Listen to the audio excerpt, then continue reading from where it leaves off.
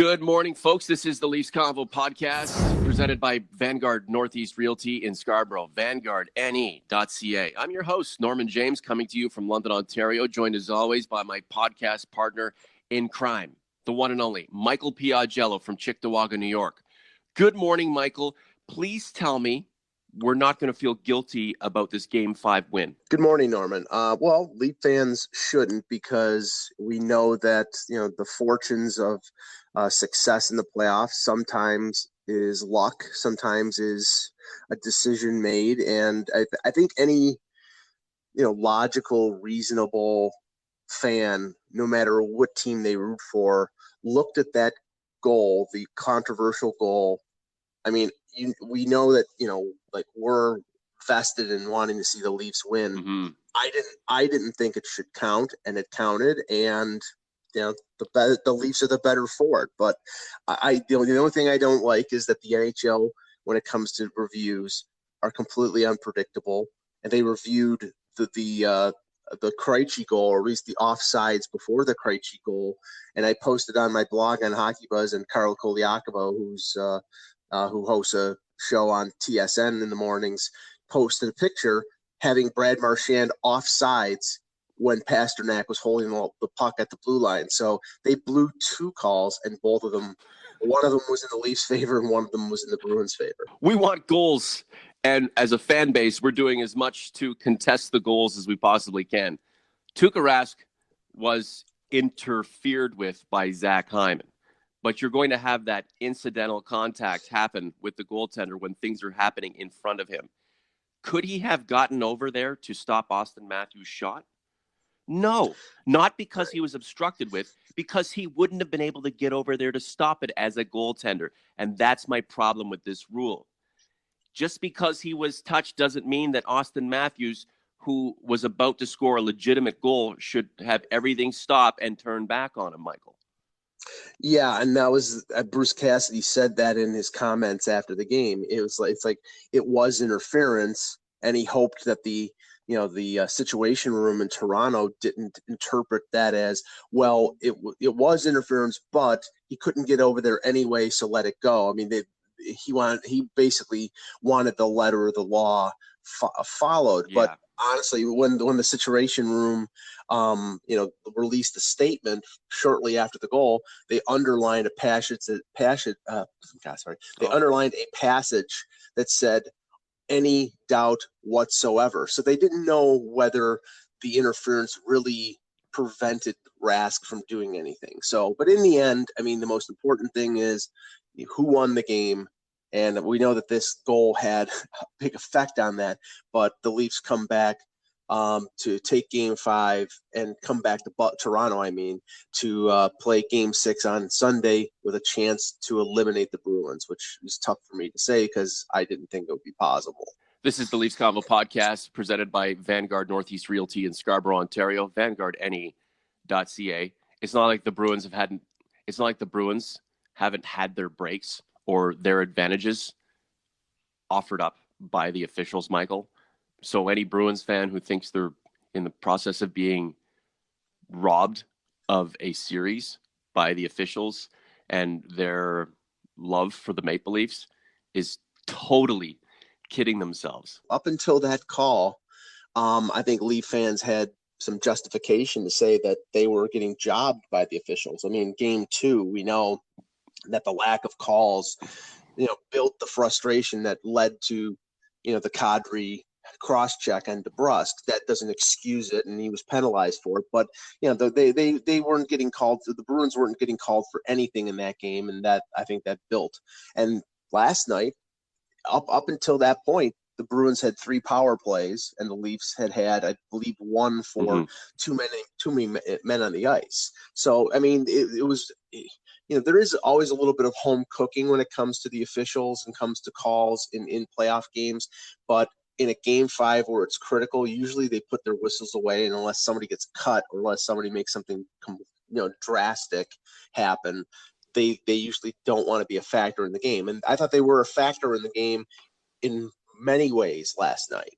I guess the only legitimate goal in Game 5 came off the stick of Kasperi Kapanen. Kapanen had a number of opportunities throughout the series, hadn't scored, and he had that breakaway in earlier in Game 5 that he missed on. I mean, at that point, up until that point, he may have been a little bit of a goat, but then he was able to, assist on the Matthews goal and then get the goal with a nice pass from Andreas Janssen to put them up 2-0. And obviously that's the game winner. Everybody's looking at the Matthews goal as the game winner, but that was the game winner. And, now the Leafs really hope that he continues to sort of blossom offensively because they need that secondary offense. Well, they need offense, and they need contributions from everybody on the lineup, Mike. Kasperi Kapanen scored a playoff goal in his first season in the NHL. He wasn't even really an official rookie. The moments, Mike, it's all about the moments. And who knows how this moment and Game 5, where it takes him next. Imagine the officials calling that goal back, that Austin Matthews goal late in the third period to put the Leafs up 1-0. Imagine if they called that goal back. That's a scenario the war room has to think about. Can you imagine the outcry if they were to call that damn goal back? You've played 2.5 periods, no goals, and then you call that one back, Mike? Maybe I've been a fan of the game too long to say that I was expecting it, that that was sort of the worst possible outcome. I mean, it was a bad outcome no matter which way the call went. If the Leafs got the goal, the fans in Boston and the Bruins were going to think that they'd been jobbed. And obviously, if it happened with the Leafs and the call and the goal was waved off, and then Boston comes down and scores, you would have had carnage at Maple Leaf Square, people trying to jump off buildings. I mean, so it's just I'm glad that the decision went the way it did. But I don't like the way the NHL, it's sort of a flip of the coin with some of these goalie interference calls and these offsides calls. I believe in video review because I want things to be called right. But if there is video review, it should be called right. And I don't know whether it was called right or not last But Mike, night. remember the skate in the crease rule?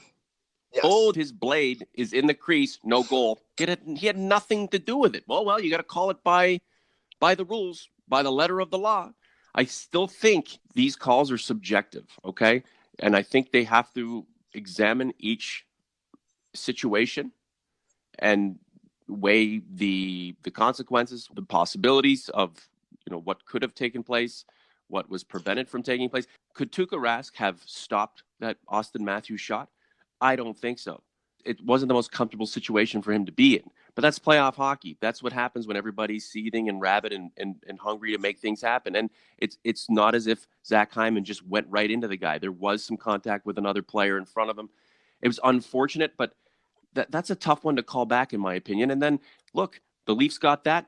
The Situation Room almost automatically gave Boston that goal a few minutes later. So they knew that they couldn't call that one back on Boston, even if it was an iffy goal. No, neither team gets a goal. We could still be playing right now. Well, if that was in their mindset, then that's doubly bad because honestly, there should be no makeup call consideration when it comes to. But it happens. We see it on the ice all the time. I know it happens, but I'm saying every call should be called individually and not based on, we may have missed this, so we should make it up for them. No, it should be right on all accounts all the time. And the thing is, the league did not, when they passed these rules, the league did not envision the fact that they would call offsides on a play a minute before the goal scored. As a reason to overturn the goal. They thought, okay, it would be an offside because the Drew Doughty breakaway goal, or there was a breakaway goal with the LA Kings. I think Doughty was involved in it, that he was way offside, and then they ended up, they had egg on their face, and that's why they put this forth. But honestly, it's like, okay. I don't want playoff games decided by this, but if you're going to use video review, get the call right. What about in baseball, Mike? You and I are both baseball nuts. Jenks podcast, folks. Anybody who likes baseball, I know there are a few of you out there. You can follow us and get more information about what we want to do baseball-wise in the summer. But we see it all the time in baseball. We all see something, and we think that is going to be solidified as the call, and it's completely different. Wasn't there infield fly call in Atlanta a few years ago that made no damn sense, but it just went through anyway. Look, there's only one offside, Mike. You're offside or you're onside. It's clear. But when it comes to goaltender interference, there are degrees of severity. And they took that into consideration, and they made their call. The Leafs are up 3-2 in the series and have a chance to close this damn thing out in Game 6 on Sunday. Can they do it? Number 34 has looked fantastic. That kid has a burr in his bonnet, as Bonesy would say. And that's good. I hope he's pissed. I hope he's hungry. I hope he wants more. I hope that damn kid leads this damn team to a damn Stanley Cup championship.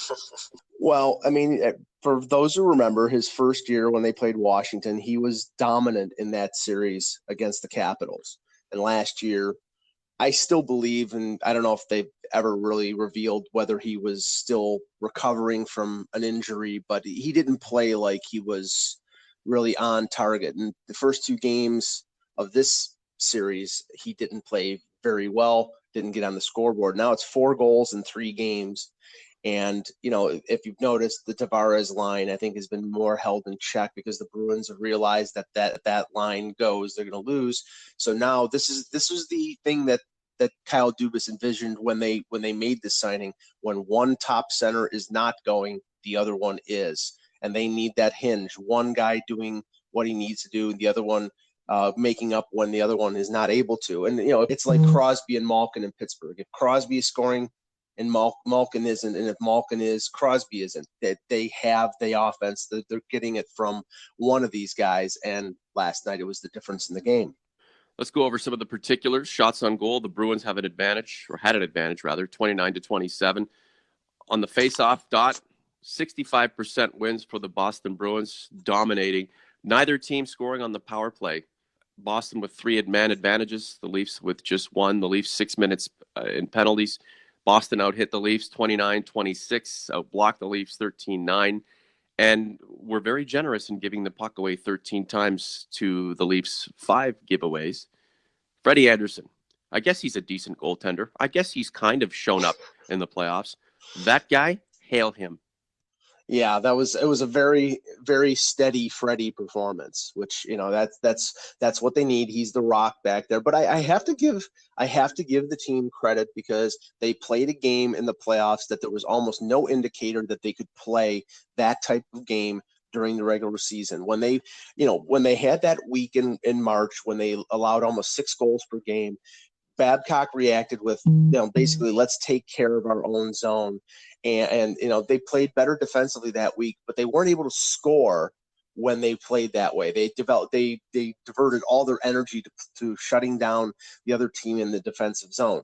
I mean, last night it was pretty much that until the Matthews goal, but they could play a shutdown game, which is necessary in the playoffs. Solid defensive effort. My boy Ron Hainsey doing solid work.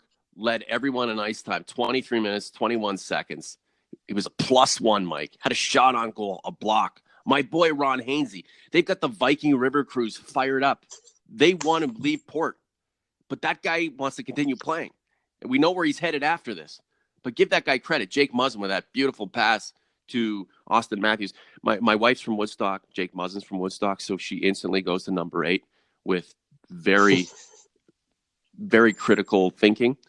And rightfully so, man. You come from Woodstock, Ontario, situated between Kitchener and London on the 401. I'm telling you right now, you come from that town, that's the pressure cooker. And, she'd get on him for him making plays that she didn't like. But let me tell you something. That guy, he understands the grind. And you're going to have egg on your face at times, but you're also going to come across as the hero. The guy guts it out. He grinds it out. And when you put yourself in a high-risk, high-reward situation, sometimes you lose. But there are times you win. And the guy made a beautiful pass to Austin Matthews as a defenseman to get this team on the damn board. And I'll tell you what, I need that guy out there. I don't care what the problem is. I need that guy out there because there's a chance he's going to do something really amazing. The risk is there, but there's also a chance he's going to do something amazing. He's going to be steady. He's got that cup. He's got that ring. I want him out there. And I was proud of not only his effort last night, but the entire defensive crew. Whenever you say that Stanley Cup experience or having a ring is not important, watch the game last Ron night. Hainsey has one too, played. you know? Yeah, Oh, I know, I mean, you expect somebody to be a sort of settled veteran, even if they haven't won a cup at 38 years old. With Muzzin, I think he's in his late 20s. I don't think he's turned 30 yet, but he was a top four defenseman with the Kings. That was a key acquisition. I still don't understand the whole machinations of him not being a righty, because I think they needed a right-hand defenseman, and I think they still do. But there's no doubting his experience and how he has played at times in this series. I mean, Game 4, matched up against Bergeron, Marchand, and Pasternak, you have the opportunity to succeed, but also the opportunity to get burned because they're such a good line. But he bounced back amongst a number of players on Friday in that game, and the Leafs were the better for it. What do you want to do? Be a passenger, or do you want to be someone who's driving the bus? High risk, high reward. These are the playoffs. Get in there, get dirty, take a risk. That's what it's all about. Because you know what? The reward is greater than anything you can imagine. And I love the fact that you're seeing more and more of these guys rolling up their sleeves and going to figurative war with the Boston Bruins. It makes me proud. And I really hope the Leafs can close this thing out in Game 6. Not because there's a fear of going back to Boston and having to try to exercise these Game 7 in Massachusetts demons. But this team is good enough to be here. It's played so far in this series like it is good enough to win the damn thing. Why not get it done in Game 6 in front of your home fans? Give yourselves a little bit of an extra breather before you take on the Columbus Blue Jackets. Because, Michael, as we know, the Blue Jackets would be coming into Scotiabank Arena for Games 1 and 2 if it were to get to that. Last word to you. Yeah, I mean, this series has been topsy-turvy. It really has. And, you expect in Game 6 the Bruins to bounce back. Now, they did it in Game 4. I mean, I want to, as somebody who's an observer of this team and wants the Leafs to win, you want to avoid that Game 7. So you should basically play with the throttle wide open in Game 6 tomorrow at 3 p.m., which will be a little weird to have an afternoon game on it, but it's an Easter Sunday game. But you have to play like there's no tomorrow, because you do not want to go back to TD Garden in Boston. I know that you proved that you've won there twice, but can you win there 3 times? Let's not try to find out. Let's get the game won and move on. Like, seriously, Mike, the Leafs are the biggest team in hockey and should have run of the schedule. Yet the Leafs are accommodating the damn Easter Bunny. Hippity hoppity, happy Easter. These are the moments we live for, buddy. These are the moments we podcast for, to be able to talk positive about a team that won the game and has a chance to win a series. This is what it's about. People who listen to the podcast, guys, this is what it's about. Enjoy it, and let's get revved up for Game 6. Who knows what's to come? But this Maple Leafs team, for as many deficiencies as it has, and for as many times as we get on it because we love it, has shown us, you know what? It may be ready to win a series here. And you win one series, who knows how many you can win. Have a good one. Thanks, Storm. We would like to thank Vanguard Northeast Realty in Scarborough, title sponsor of the Leafs Convo, demonstrating passion for the industry and a superior level of excellence in selling, leasing, and marketing your property. Vanguard Northeast Realty.